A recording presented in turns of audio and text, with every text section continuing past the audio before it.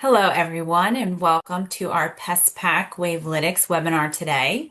My name is Danielle McCarthy. I'm the Director of Product Marketing for Wavelytics, and we're happy to have you. Presenting today, we have our fantastic Senior Product Manager and Wavelytics expert, Alan. A quick look at our agenda. We'll start with housekeeping and notes, jump into details around our latest product release, Decision Intelligence, including a live demo. And then we'll spend time, as always, at the end trying to answer as many questions as possible live. Couple housekeeping notes. At the end of today's session, we'll share a QR code for anyone who wants to hear more about Wavelytics Decision Intelligence and what it can do for your specific company. Also for this webinar, please make sure you ask questions throughout the session using the Zoom Q&A function. We'll save time at the end for Q&As, and we'll try to answer as many of them live with Alan as possible. This session is being recorded and it will live in the PestPac community in the webinar section, and you can actually find a repository of lots of our most recent webinars that we've held. And then lastly, if you'd like to connect with myself or Alan to discuss, a co-branded testimonial or tell us your PestPac Wavelytics success story, please reach out to me. I'd be happy to chat with you. And now I'm going to turn it over to Alan. Thanks, Danielle. Happy to be here today with everybody and give an update on where we are with Wavelytics and with Decision Intelligence specifically. And we have some exciting kind of updates to share, so should be a good call today. So to start, to reset for folks who may not be familiar yet. Decision Intelligence is a analytics tool to help you maximize the value that you get from all of your data, which currently lives inside of PestPac.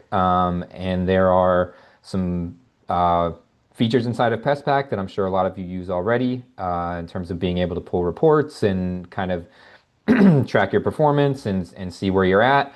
And what we're really trying to do with Decision Intelligence here is reduce the time that it takes you to get to those insights, to get to that information, to be able to make those really critical decisions that drive success for your organization.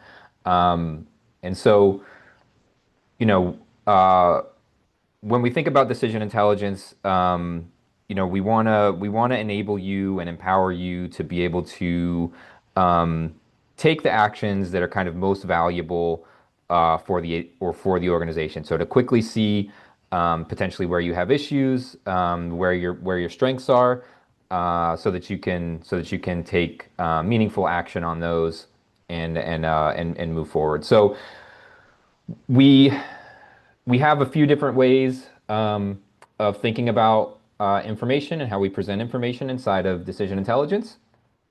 The core thing that we will see today is an intelligence hub. So we think of these hubs as domains of the business.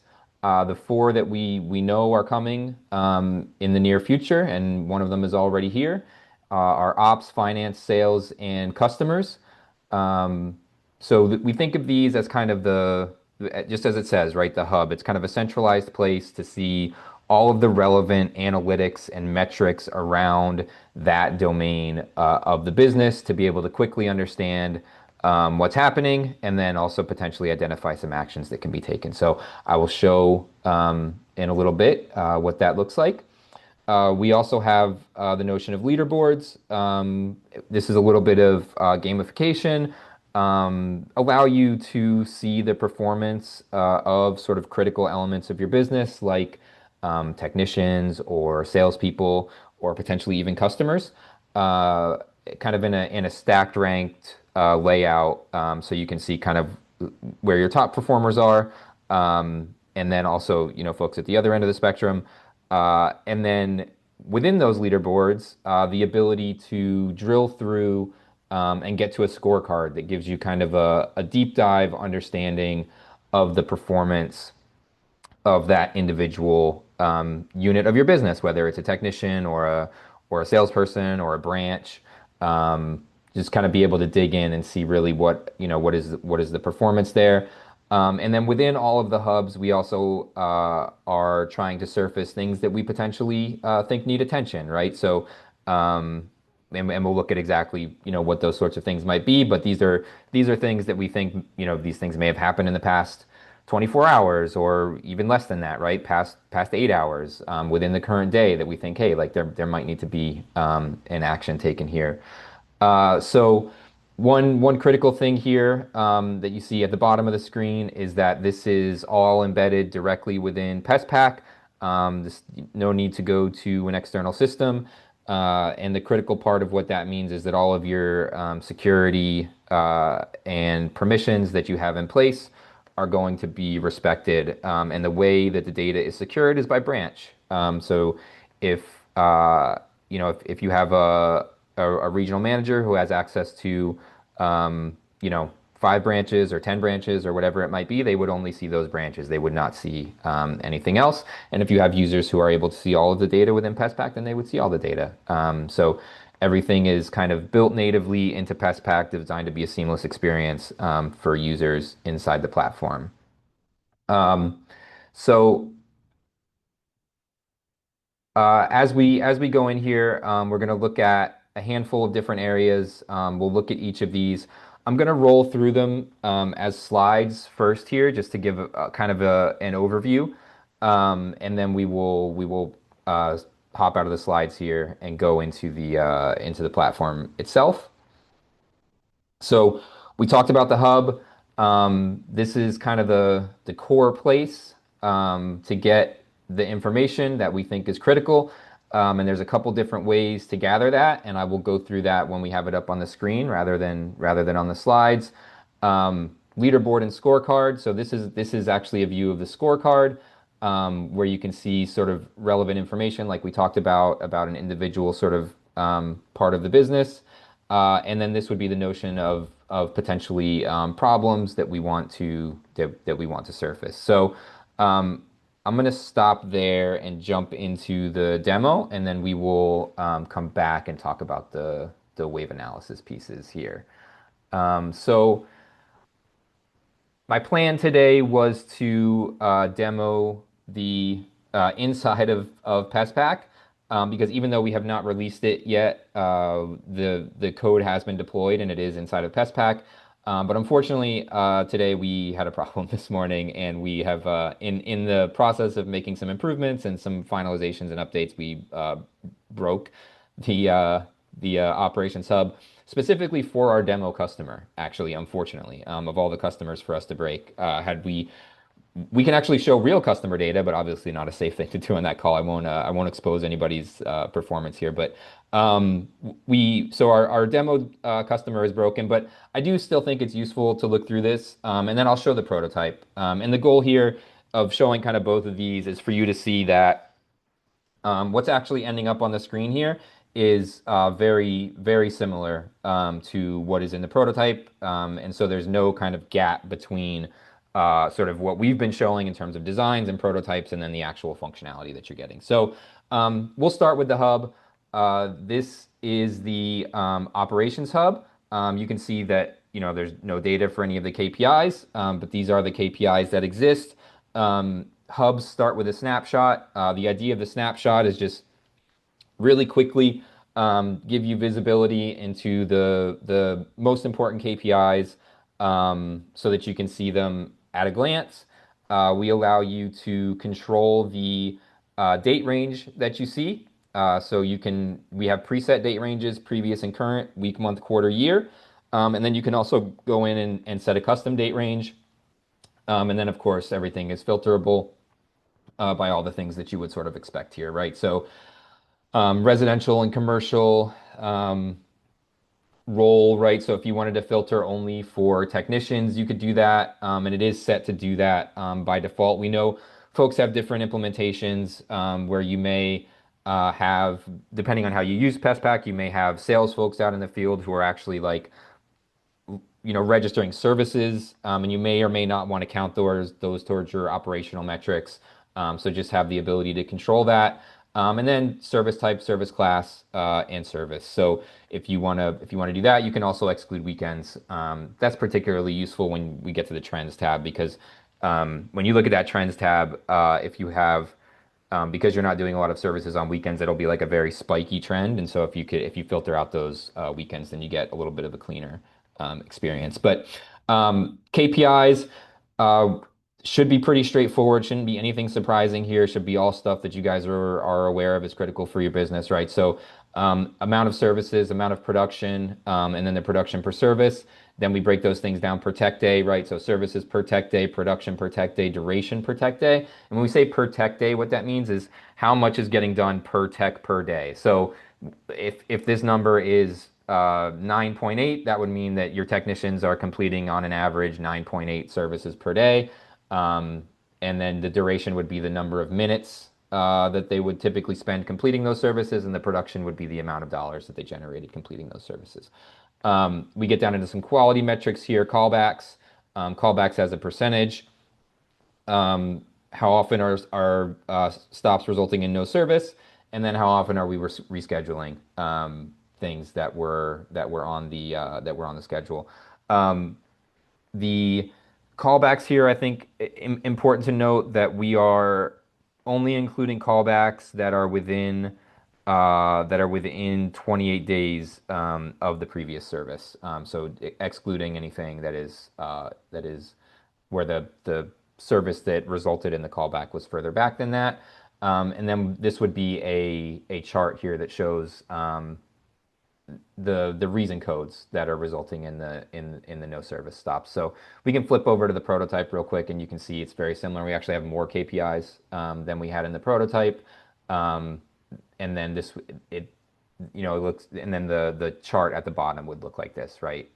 If the data was populated, that would show you the reasons. So, and then the other thing that we didn't talk about here are the AI summaries at the top of the page. So we give you two sort of views, different time frames to look at, things to know today. These are kind of like short-term things that we think are worth knowing, and then things to know this week are a little bit longer range view in terms, but same concept in terms of surfacing things that we think are relevant. Um, the goal here is to prevent you from having to go click every possible combination of filters to find out what's interesting. We don't want, if you have multiple branches, we don't want you to have to go check each branch individually to see which metrics have changed at which branch. That's not an efficient use of your time. We would like to surface those things that are critical for you to know instantly so that you don't have to go hunt for them. And then the other thing that we have in place here, which I think is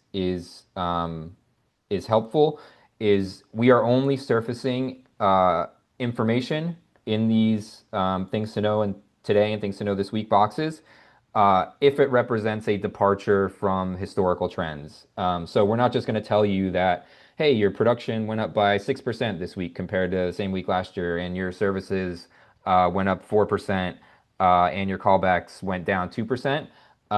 If all of those things are just normal variance that happens over the course of a year and over a season, right? So we've done the math to figure out what things are actually meaningful. And so you might actually log in here one day and just see a message that says all your metrics are within the expected tolerance ranges for the last week or the last month. And I think it's a simple thing, but I think it's a powerful time saver, right? Because we're not just throwing information at you just to give you information, right? We're going to give it to you only if it's something that is actually useful to know. And you can always see, what the numbers are and what the trends are as we go through the different tabs if you just want to know. But the goal of these boxes is just to say like, hey, like these are meaningful changes in the metrics that are relevant for your business, right? And so they're worth attention. So that is the operations hub, and I can again give you real quick. It's just going to be text boxes, right, with some kind of bulleted list of information that's relevant.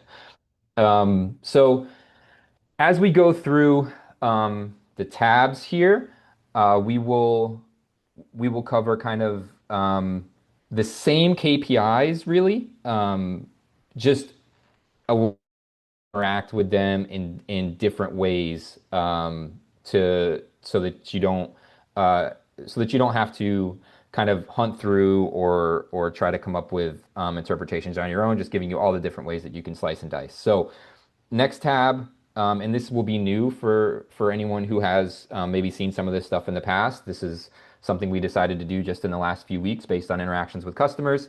So we are going to show we are going to have a pacing tab that shows how you are pacing for the current month. So I think, as you all know, you typically generate your service orders for the month at the beginning of the month, and then we can track progress against that as we go through the month. And what this will show, once we have data here, is it'll show kind of what your target for the month is, and then where and then where you are currently, and then where we would expect you to be based on the days in the month. So, today we're 9 days into the month. We would expect to be, about 30% of our way through our production. So if we were 25% through, we'd be maybe a little bit behind pace. If we were 35%, we maybe be a little bit above pace. And we could just sort of see where we sit. And then we also allow you to do the same thing to break that out by either technician or branch or service class, so you can see how you're pacing. You can see which technicians are are either behind pace or ahead of pace. If you want to do some workload shifting, maybe you need to move some stops from one tech to another. You can see if you're dealing with multiple branches and maybe you have the ability to flex staff between branches, you could see that. If you have one branch that's behind pace and you want to flex staff from another branch that's above pace, you can do that. Check if any of your service classes need particular attention. And we understand there will be some normal variance where you may start a little slow on one thing with the intention of catching up later in the month. But this just gives you kind of clear visibility into what that looks like. And just so you can understand sort of what that means, this would be kind of an example if we were looking at a tech view, right? Like who's on track, who's ahead of track, and sort of where do we sit for the month. On the So that's the pacing. And then the next two are pretty straightforward. What the trends tab allows you to do is pick any metrics from the hub and trend it out over a given period of time, right? So we could pick any of these metrics and then just see a visual here of what the trend is, so that you can see kind of how you're tracking as you go through the season. And you again can control the date ranges there, and you can control which KPI you see, all your filters again, right? And I think I didn't note when we were talking about the snapshot is the filters are persistent from tab to tab. So if you set it on one tab, you don't have to set it again. For instance, if you excluded weekends on the snapshot tab, when you come over to the trends, you don't have to do that again. And this is that kind of spiky view you can see where every week you can see the trough on the weekends. And then if you said exclude the weekends, it would kind of smooth it out, so that you don't have those big spikes. When you flow over into the comparison tab, this allows you to stack rank by whatever you would like. So you can choose show me the top 10, 20, 30, bottom 10, 20, 30 branches or technicians or service classes or locations or whatever you would like to see. And then you can determine how, how do you want to group or what metric do you want to see, right? So you said, show me the top 10 branches in terms of services per tech day or reschedules or callbacks, so that you can see sort of how they're performing. And the idea there is like, there's a lot of comparisons that you want to do in your organization. We're not going to create a screen that shows you all of them. There could be tons of different combinations and different date ranges and all sorts of different ways that you would want to see that. So just giving you the building blocks to create whatever comparison you would like to see, right? Show me which branches are performing best by whichever metric I would like to see, or which ones are performing worst by whichever metric I would like to see, and show me it for the last week, or show me it for the last month, or show me a longer trend, show me year to date, how my branches stack up or how my techs stack up, or how my service classes or my services. So just really giving you that visibility to see where you may want to pay more or less attention, or maybe where some strengths are that you can build on some opportunities for growth. So that's the comparisons tab. When you flow next into the problems tab, um, this is where we really want to surface um, things that we think uh, are maybe immediately relevant, potentially worth some attention. There's two things that we have highlighted as things that we think people might want to be aware of. The first is past due service visits. So these are services that are scheduled uh, and did not have a posted invoice, and they are in the past. So that means that they are still sitting on the schedule in the past, have not been rescheduled, have not been posted to be closed out, are just kind of hanging out there in previous days in the schedule. So this is maybe an indication that something was missed and forgot to be rescheduled. In some cases, could just be some bad data in the system that needs to be cleaned up. And I think that will be a common theme, as you will sometimes what will be surfacing are challenges on the implementation and operational side, and so may highlight some things that you go and clean up. So you may see maybe more than a few of these when you log in the first time, and then as you go clean up the ones that are actually just kind of data entry mistakes, then you'll be left with a pool of things that may actually need attention. Oh, like we had a stop that was scheduled for last Friday, and it's still sitting on the schedule for last Friday. What happened there? We should go clean it up, make sure it got rescheduled, make sure the customer got taken care of. The other one we're going to flag here are callbacks, but specifically callbacks where we provided service within a very recent time frame. So like we went out, we provided we serviced the location, and then we had to do a callback within 7 days, right? And it's going to be allow you to sort by how long it's been since the original service, so that you can say, hey, show me the stuff where we had to go back a day later or we had to go back 2 days later. And the other thing that we will enable here is the ability to um, match the callback service class to the original service class. So this is something that may be relevant for some folks, may not be relevant for other folks. So that's why we're giving you the ability to control it. But you may want to see, like, I only really care about the callback if it was a callback for the same service class as the original service. Some folks actually have a totally separate service class for callbacks, so that wouldn't make sense for them, right? So just giving you the ability to control that and say, like, hey, if we went out and provided um, like rodent service, and then we had to go back 2 days later. I want to know about that. So giving you kind of flexibility there to see sort of the callbacks that we think would be the most likely to indicate that something might potentially be an issue. And just to show you more what that looks like, we ended up going full screen with these. It just worked better than this kind of split screen view that you see here. But this is kind of what it would look like, right? So here's your past due service orders. Here's your recent callbacks. You can see, like, show me only stuff with the same service class, and you can see what service class it was, right? It was pest control, whatever it might have been, and then the ability to see how long has it been since we did that original service. It's only been a day. They probably want to know about that. It's been 2 days. It's been 7 days. That's maybe a little more reasonable. Um, so that is the notion of the problems tab, with the idea being that these are potentially things that you would want to take action on, right? You want to go clean up the schedule. You maybe want to check on, hey, why are we having to go back multiple days within a short time frame to the same location? And sometimes there's legitimate reasons, and we understand that, right? That's just normal part of the business in some cases, but sometimes it's an indicator of a problem. Maybe we missed something.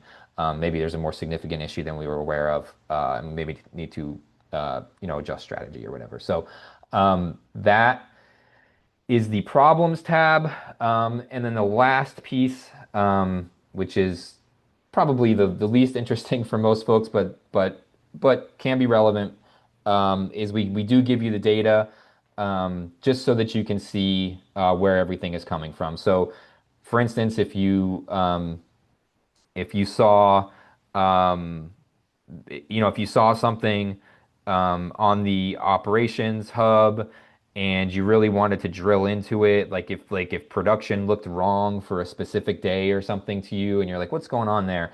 You could come in here and you could filter for a specific day and then actually look at all of the records of all of the activity for that day and try to like pinpoint and see, where the gap is that maybe explains the difference between what you would expect to see and what you're actually seeing.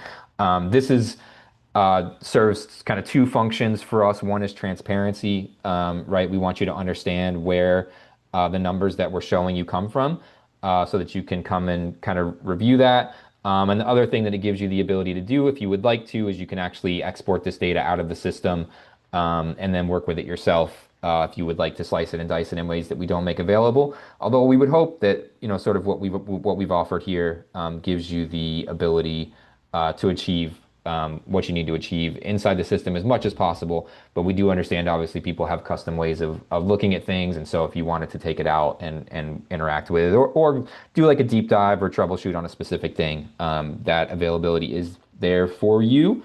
The other thing I would say with relative to the export functionality is that is a controlled feature.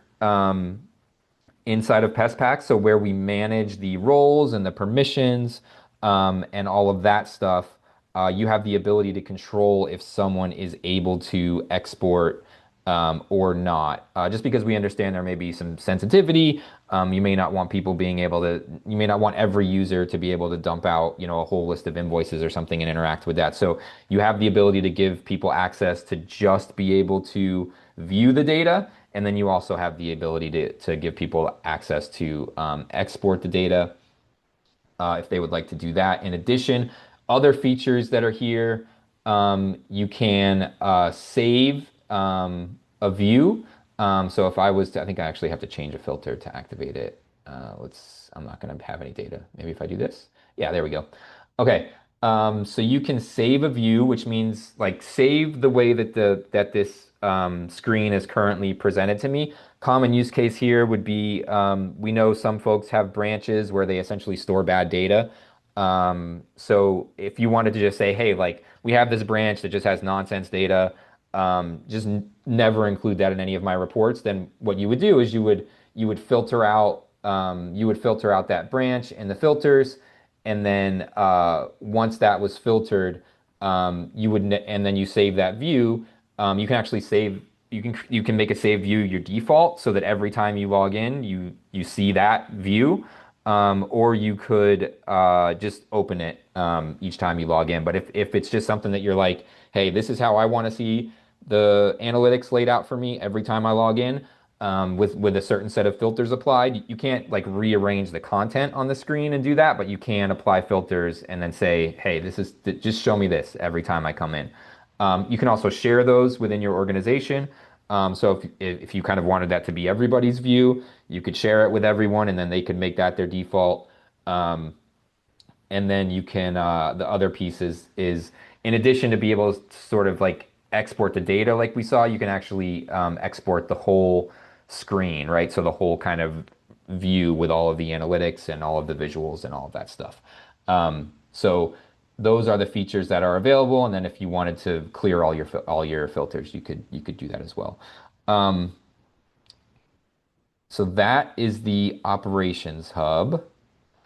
And I will flip from there over to the leaderboards and scorecards. So again, no data, but you can see sort of the pattern that we have here. So this is the technician leaderboard. We have 3 KPIs to start here: production, services per day, and attributed callback rate. What attributed callback rate means is just this is the technician who had a visit that resulted in a callback. So that's a number we want to keep low. And then obviously production and services per day are numbers that we like to see high, without sacrificing quality, right? So you put those two things together, the production and the services completed, and then you keep the callbacks low, then you've got a good situation going. So again, date ranges, everything you need to do there, you can filter. The way this is going to work is that you will see a list of technicians. Um, and then to get to the scorecard, what you do is you click on a technician, right? So we could click on Marcus here, and we could see the metrics for him. And I can't actually show that here because I don't have a technician to click on. I could probably back my way into it, but it's going to look. You've seen like the prototypes and the screens are, you know, pretty similar. So you'll the pattern here is we're going to show strengths and opportunities at the top. These are areas where the tech is performing really well, and then some areas where there are opportunities for growth. You have the ability to compare the technician against other techs in the same branch or the same region or across the entire account. You have some controls here to say only include techs who've completed at least 10 services or at least 20 services. Again, just because we know people use the system differently, and so you may have a use case where you want to exclude people with low volume. And then we sort of group these a little bit. We kind of group the metrics here. This will actually be production and then services per tech day. So this is a little bit out of date. So a better metric there. Quality is about callbacks and stops resulting in no service. And then we have the NPS scores, which are based on WorkWave marketing. So if you use WorkWave marketing to collect NPS scores, you will have those. If you don't use WorkWave marketing, then this metric will not be available. That's something we can look at in the future. We know folks use Applause and other systems, so we will look at other third-party integrations. But at initial launch, it will require the WorkWave marketing. And then this probably will not be a techno quality metrics. This will be something a little bit more straightforward in terms of just making sure that technicians, one, are leaving notes, and two, that they're hopefully not just leaving the sort of default note that is set in the system, that they are personalizing that a little bit. So that's how we'll get at that. We'll show you the percentage of notes that are either missing or just match exactly the default comment. Idea being there that a lower number is better, because you want to see some customization. Ideally, they start with the default note and then they personalize that for the customer. And then at the bottom, you'll be able to see kind of similar to the way you can on the comparison tab, but it just makes sense to flow it through to here. You can see the comparison of the tech against their peers, and then you can see based on however you've defined it here. And then you can also see a trend to see how the metric is changing. And these are the gold, silver, and bronze rankings. And the gold, silver, and bronze badging here just indicates where the tech ranks compared to the peer set that you've selected. Gold is going to be top 25%, bronze is going to be bottom 25%, silver is going to be middle 50%. So just kind of quick at a glance way of seeing, is this high performance? Is this low performance? Is this average performance? We could potentially get more granular with that in the future. Could even become something in the future that's configurable. That's some feedback we've gotten. So those are all things that we'll look at. So that is the uh, that is the operations hub, leaderboard, and scorecard. Um, and then I think the next step for us, if I check the deck here, would be to roll into the wave analysis piece. So we can talk a little bit about wave analysis. This is purely a prototype at this stage. So just to differentiate a little bit, the decision intelligence is ready for go live very soon. The official GA date on that is the 24th, so 2 weeks from tomorrow. Um, so we are in production demoing with real data as of earlier this week, or I guess end of last week. Um, and we expect to start rolling out to a couple test customers this week once we get this little bug that we have today fixed. We will start putting this in the hands of customers. And so the decision intelligence, the op hubs, and leaderboard scorecards, those are very much ready to for people to use. The wave analysis piece is going to be something that we work on in Q3, right? So this is a little bit more of a roadmap item. We do intend to do some early testing with customers during Q3, and that will kind of help us figure out exactly where we're going to land in terms of delivery. But that is something that, as we continue to communicate over the next few months, you'll start to get more concrete updates on when we expect to release that. And the way that that is going to work is, and I'm back in the prototype now, just again, full transparency between like real code, right, and what is just a mock-up. Just want to be clear on that. So the uh, the the wave analysis tool where it says Ask Wave here, and that name will change. It's a little bit, again, prototype's a little bit out of date. The wave analysis tool, the way that will work is we will roll it out in the same way that we are rolling out the hubs for decision intelligence. So the first wave analysis piece that will come will be related to the operations hub. That's what we'll be working on in Q3. And then as we release future hubs and future content, we will release wave analysis to go alongside that. And so it will be focused initially only to the domains that it has access to, and then over time, that range of information will grow. And the reason for doing that is because we want to ensure that we are activating this in a safe and reliable way so that the questions that you ask, you get really reliable, high quality answers to. And we are not giving you inaccurate information, or the agent is not answering questions that it does not have good data to answer. We want to make sure that we're being explicit in our guardrails and our governance. And so um, we will roll out domain by domain, and the agent will be able to answer all sorts of questions about the different KPIs that are available, and kind of what is driving those KPIs, and potentially able to even recommend some actions based on those KPIs, based on industry best practices and things like that. So to give you a really simple example, kind of like the most baseline kind of thing that we can do, these are all preset questions, right? So I'm not going to create something on the fly. But we could ask, how production has trended. Obviously, this you could actually answer this just from the hub, so you don't even need to use the AI for this. But just as an example, it's going to allow you to ask questions. It will give you answers. It will allow you to see those answers either in a chart or table format. And then obviously you'll get the text as well. And then if you ever wanted to see the logic that was going on behind the scenes, it will show you that as well, just for transparency. Not that most folks interacting with this are going to be interested in what the SQL that was generated is, but if you have one of the other Wavelytics products, the Data Factory, then this could be really relevant for you because it would be kind of telling you how it's working on the back end, and you would have some visibility into that. So um, that piece is something that we will continue to work on as we go through Q3, that kind of question and answer analytics agent, empower all your folks in the field to have a analyst that sits next to them, right? Who can go and query the data on the back end and kind of give them custom solutions and custom information.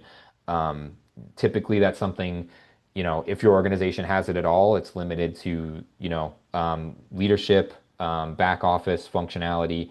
And so to kind of unleash that and democratize that ability to do custom data analysis across your organization via natural language communication is a huge unlock. So we're really excited about that for Q3, but for the next 2 weeks, what we're really excited about is decision intelligence and that release there. So um, I'm going to pop back over into the slides. We took a look at that. Um, in terms of results, I think something exciting that we've seen, this is from, if anybody was at customer conference, you saw the presentation from Matteo on the impact of leaderboards in their organization, seeing huge increases in services per tech day. Um, the other thing that I think is fairly obvious here is, for folks making a build buy decision, just massive reduction in cost on this. That to build this um, is obviously a significant investment. It's a significant investment for us to build it. So it certainly would be for your organization as well. So huge reduction in cost to purchase this instead of try to go and build it. And then time savings, obviously, to find the things that are most relevant. In terms of where we're going here, um, Operations Hub is out, Wave Analysis Q3. The next big hub that we're going to do is the Customer Hub.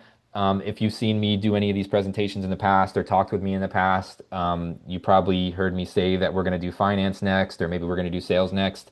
Decided to scrap that and do the Customer Hub next because it's the most valuable and the most fun, the most unknowns for us. There's going to be a lot of really cool stuff in terms of machine learning that we need to unlock, retention risk, really, really exciting things. And we just decided instead of, doing the picking the low-hanging fruit that was maybe a little more straightforward, we're just going to take a big swing and go with the big thing next. So that's super exciting to look forward to in the second half of the year for the folks who have decision intelligence. That's going to be a fun one. And then finance and sales, we will also knock those out and get those together. So the next, 6 to 9 months is going to be huge for our team. Constant new releases on content. And once we get that first domain of wave analysis for operations out, then exactly the order that you see here, that's how the domains for the wave analysis agent will come out. So first it'll come with operations, customers will follow next, and then whatever we do after that, whether we do sales or finance first. Only thing I'll call out on sales is almost certainly only going to be sales center data, just because the sort of traditional PestPac leads data doesn't offer a ton of opportunity for analysis. So we will probably focus on sales center. So for sales center customers, some very cool stuff coming there as well. So as we roll on, just kind of summing up here. Decision intelligence is available now. Um, if you start talking to a rep, then it'll be in production by the time you close. So uh, if you're interested, we want to get those conversations going. Onboarding and setup is quick for this. We're talking days, not weeks. This is not a big, huge implementation on your side. And as we said, it's in the product. We turn it on for you, and then you have the ability to control inside the product who has access to which data, to which sort of which hubs they have access to essentially. So as we get more hubs, if you wanted to say, hey, some folks only get the operations, they don't see the finance, or maybe they don't see the customer information, they can only see operations, you have that control.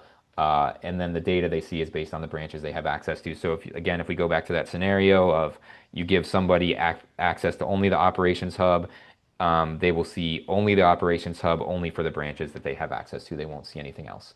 Um, yeah, absolutely. Danielle, you want to take back over and close it out here? Yeah, if you can go to the next slide. There was a handful of questions.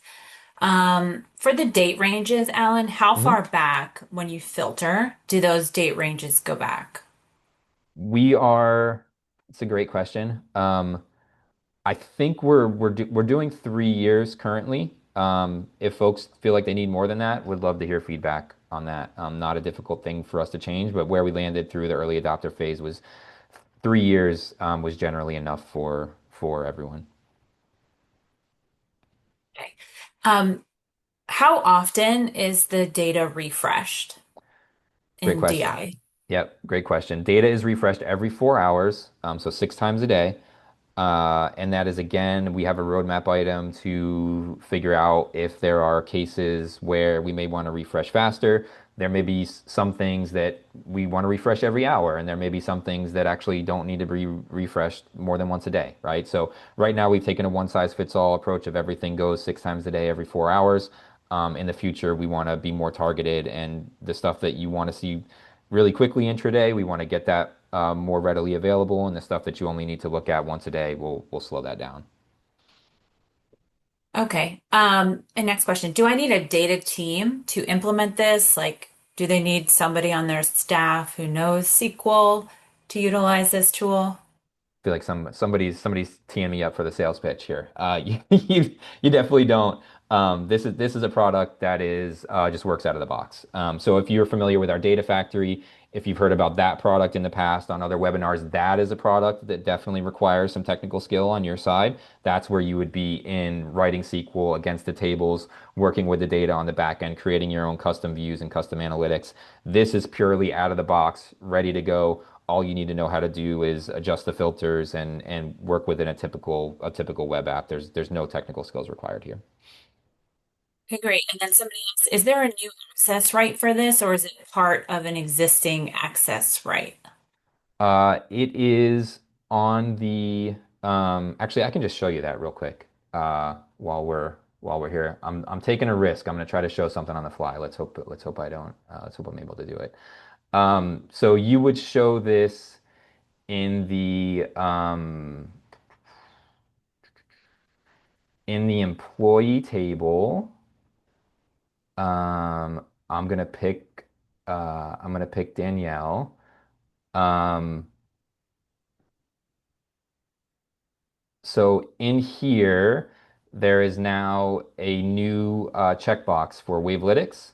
And so when you turn that on, this is what I was talking about with the license types, right? You can give them the export or you can give them the view only. And then here's where you can control what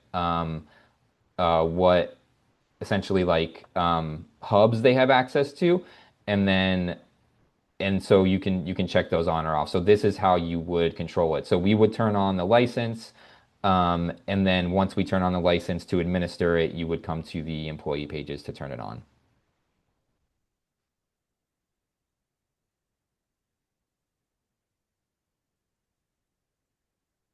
Great. Um, I don't see any more questions coming in, so great job, Alan. Appreciate the time. And as we mentioned at the beginning, if you want to learn more about decision intelligence, please scan this QR code now and fill out the form. We will have somebody reach out to you shortly. And also, as a reminder, please utilize our PestPac community site as much as possible. There's a ton of resources on there. And that's everything for today.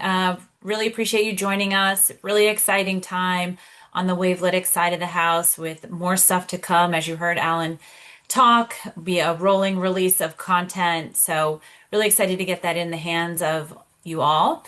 And as a reminder, we did record today's session, and we'll share that in the next few days.